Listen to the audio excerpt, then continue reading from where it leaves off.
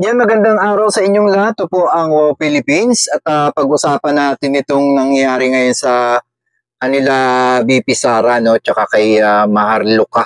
Maharlika, tawag nila Marluka, no?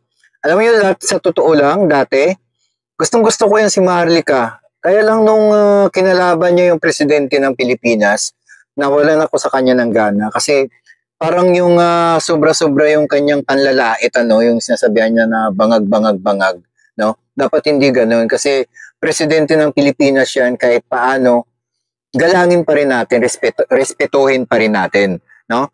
Ito na ngayon ang nangyayari dito, no? Panoorin natin ito yung kay Jonggong trending, no? Na vlog. Panoorin natin ito kasi meron siyang vlog dito na kay Marlica at kay Sara. Sabi daw, nilaglag na daw ni Marlica si VP Sara. Tingnan natin to, papanoorin natin. Matindi. Matindi itong pandalaglag na ginagawa. Actually, hindi lang kay BP, si BP hindi lang ang biniktima niya, pero mga Duterte ang nilaglag talaga rin. Grabe, no? O yan, mga jutang Geneves, pasong-pasong pa ba kayo sa vlog, pero wala kayong paninindigan. Sinabi niya yan sa akin na babaliktad ako kasi wala akong nakuhang tulong kay Inday Sara, kay Sara Duterte. Kasi si ano? nakuhang tulong kay Inday Sara, kay Sara Duterte. Kung kay Inday Sara, kay Sara Duterte. Ito yun kay ano? Inday Sara, kay Sara Duterte. Kahit tayo ng kahit, hindi naman tayo tinutulungan. Nung bagyo, hindi kami tinulungan. At hindi lang may pagkakot yan si... Kay Peebles to. No? Ito yung kay Peebles, no, na talagang tinalikuran sila ni Peebles, no, dahil ayaw na nga ni Peebles makisama sa kanila. Dahil puro mga paninira, no? Parang nangyari kasi dito, no? Parang nangyayari dito na parang sinakyan lang sila ni Peebles, eh. Di ba? Parang sinakyan lang sila ni Peebles dito, eh. Tapos, di ba? Sinakyan sila ni Peebles na makisama sa kanila din, no? Tapos nalaman yung kanilang mga plano kay PBBM. Kaya delikado sila ngayon, ano. Marami silang mga sikreto na malalaman ni Peebles. Kaya sinabi ni Peebles sa mga vlogger ng PBBM. Kaya dapat sana, no, magbago na rin sila ng mga pananaw, no, para maging ano na sila, kasapi na sila ng gobyerno, no. Pakinggan natin. So dito makikita mo talaga, no, na hindi naman niya kailangan banggitin pa yung BP Inday. Bakit kailangan niya pang ipamukha na si BP Inday ay hindi marunong tumulong, or ba't kailangan niya pa sabihin yan? Duterte, no? Kay Inday Sara, kay Sara Duterte. Kay Inday Sara, kay Sara Duterte. Pwede naman yung hindi banggitin yung Pangalan. Kailangan pa niya ibigay. Bakit kailangan niya pa ipunin na BP Inday Sara Duterte? Naalala ko tuloy yung nilaglag siya ni Harry Roque, no? Sabi ganun, Marcos Jr. ang binanggit, eh. Bakit yung kaibigan ni, bakit sa'yo ibinigay yung video ni Marcos Jr.?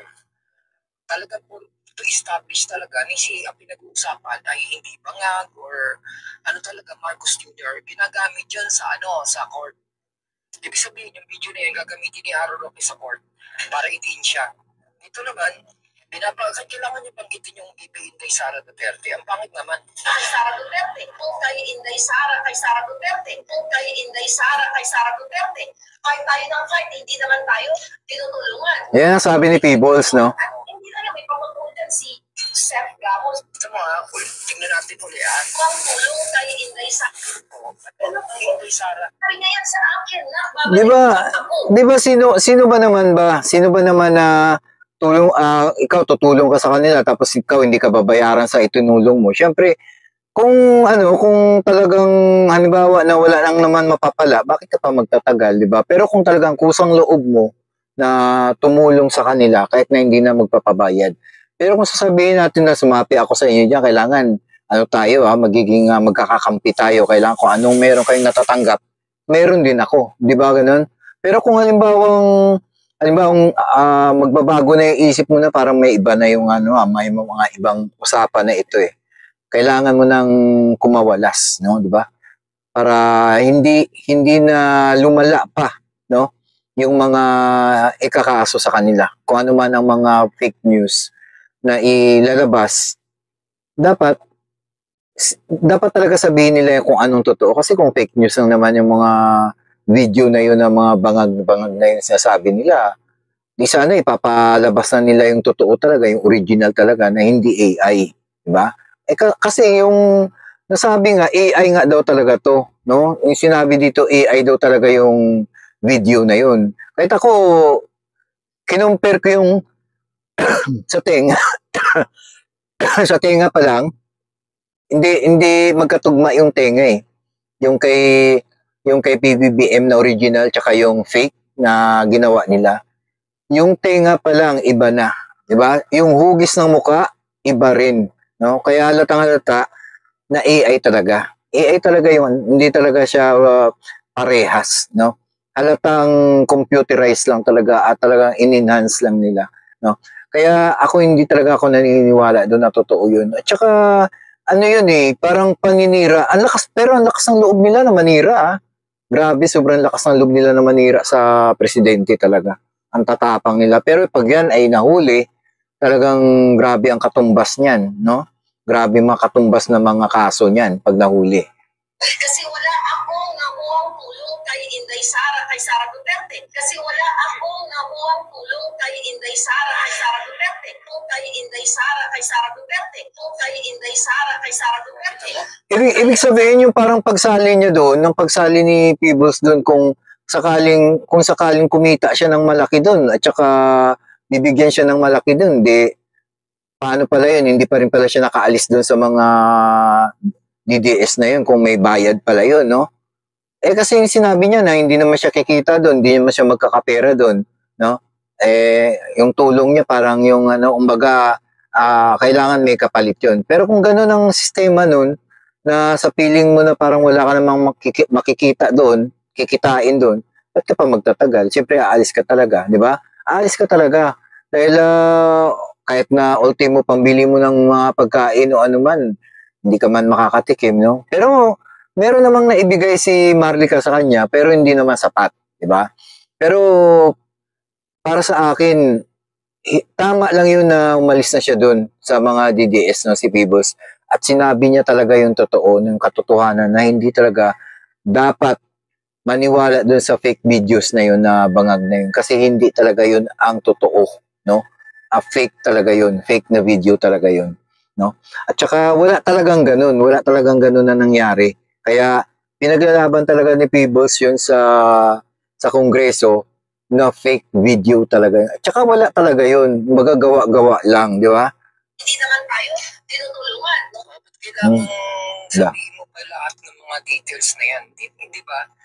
Hindi naman din kailangan na dapat na ipamukha mo yan sa mga Duterte supporters. No? Ito guys, marami pa to. May mahaba pa yung video na yan. Ito guys, hindi ito usapin guys ng ano ng Duterte or ganito ganon na supporter siya. Hindi talaga siya supporters ng mga Duterte. Makikita niyo yan sa huli na video na to. Hindi talaga tunay na supporter. Yung mga ito kasi, ang feeling, itong nagkukwento na vlogger na to, akala niya siguro si Marlica nagsabi nun. Ang nagsabi nun, si Peebles, na hindi siya tinutulungan. Si Peebles ang nagsabi nun, hindi si Marlica. Si Marlica ang nagkwento, no? Ang nagkwento ng ganun. Kumbaga, iba yung ano nito, yung explanation ng vlogger, no? Akala niya siguro kasi si Marlica ang nagsabi nun. Si Peebles ang nagsabi nun na hindi naman siya kumikita doon, syempre aalis na siya, no? Dapat lang, kasi kung alimbawa, ikaw, no, kung sa politika, kung ikaw nakikisama-sama ka lang sa mga politika, hindi ka rin magtatagal kung walang may nagbibigay sa'yo, di ba? Paano ka magtatagal, di ba? Wala man lang may pambiling kahit na pang tubig-tubig man lang. O, di ba? Kung sa sariling bulsa mo lumalabas yun, tapos sumasama-sama ka, di ba? Siyempre, aalis ka talaga, hindi ka talaga magtatagal dyan. At tama lang yung ginawa ni Peebles na nalaman niya rin mga sekreto na yun at binunyag sa Kongreso na fake news, no? Para maliwanagan yung mga tao na mga DDS supporter na fake news yung video na yun, yung bangag video, no? At para sa akin, tama yung tamang panahon, no? Tamang panahon yun na lumabas si Peebles sa Kongreso para maipaliwanag lahat at maging malinis yung kanyang pangalan, no? Luminis yung kanyang pangalan, no? Reporter ito. Maharlika po ay loyalist. Loyalista po ito, obsessed sa mga Marcos, kaya gumamit siya ng Maharlika dahil obsessed siya sa mga Marcos. At nakipaglaban siya para sa mga Marcos, hindi para sa mga Duterte. Dahil loyalista siya. Kaya nga pangalan niya Maharlika eh. Kasi nga mga Marcos. Dati talaga maka-Marcos yan si Maharlika. Maka-Marcos talaga yan siya. Kaya nga Maharlika, di ba? May dugong Maharlika, kanta ng mga Marcos talaga yan. Ako ay Pilipino, may dugong Maharlika. Kasi yung kanta na yun, parang dati pa yan. No, yung kay Collie Disma na ako ay Pilipino, parang yung kanta na yun, parang pinopromote noon nung time ni Marcos, yung kanta na yun. Kaya ginamit ni Maharlika ang pamagat na yan na Maharlika kasi maka-Marcos talaga yan siya. Kaya lang ang bali-balita nung nanalo si Marcos, gusto niya yata ng pwesto sa gobyerno. Yun ang kinasasama kasi hindi yata siya binigyan o pinansin, hindi siya binigyan ng pwesto ng gobyerno. Kaya parang nagbago yung pananaw niya, kaya naging Duterte supporter siya, no? Parang kinalaban niya yung administrasyon ni Marcos, no?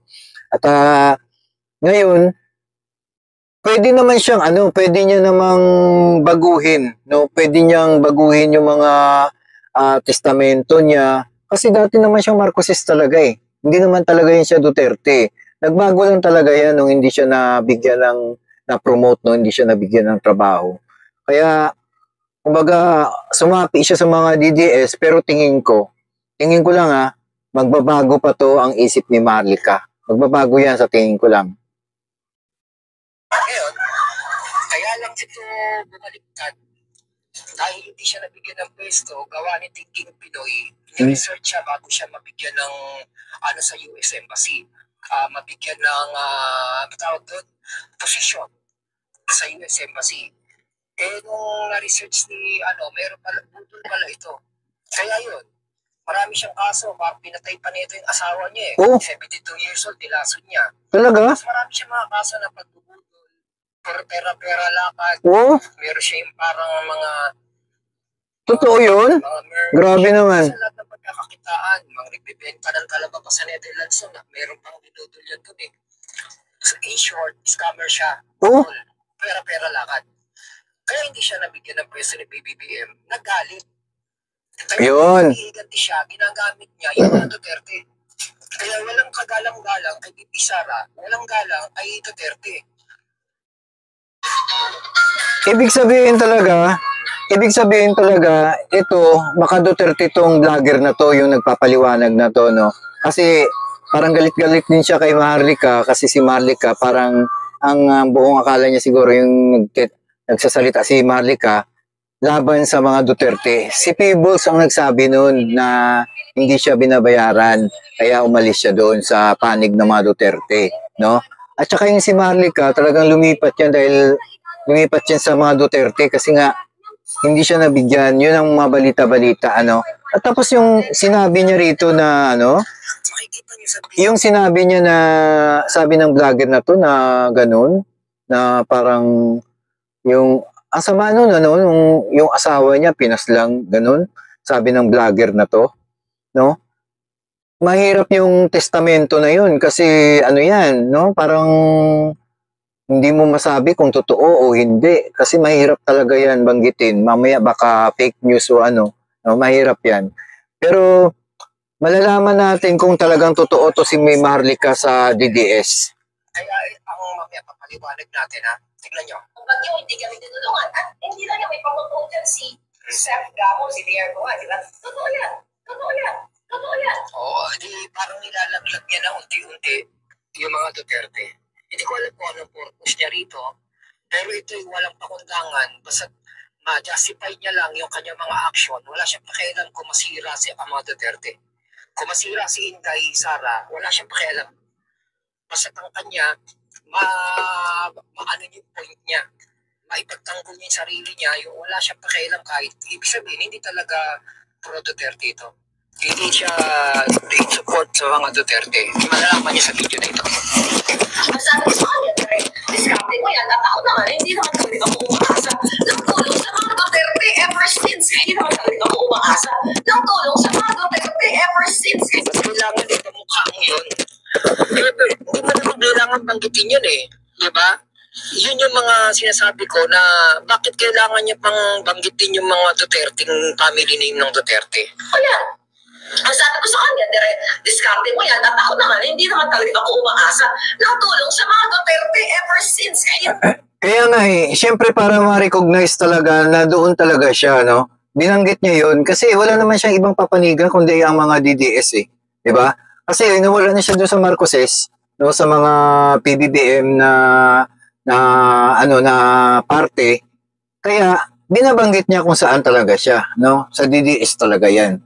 Kaya kung itong vlogger ay sinasabi niya na para si Marlica ang laro nito ay pula-puti, no? Pula-puti.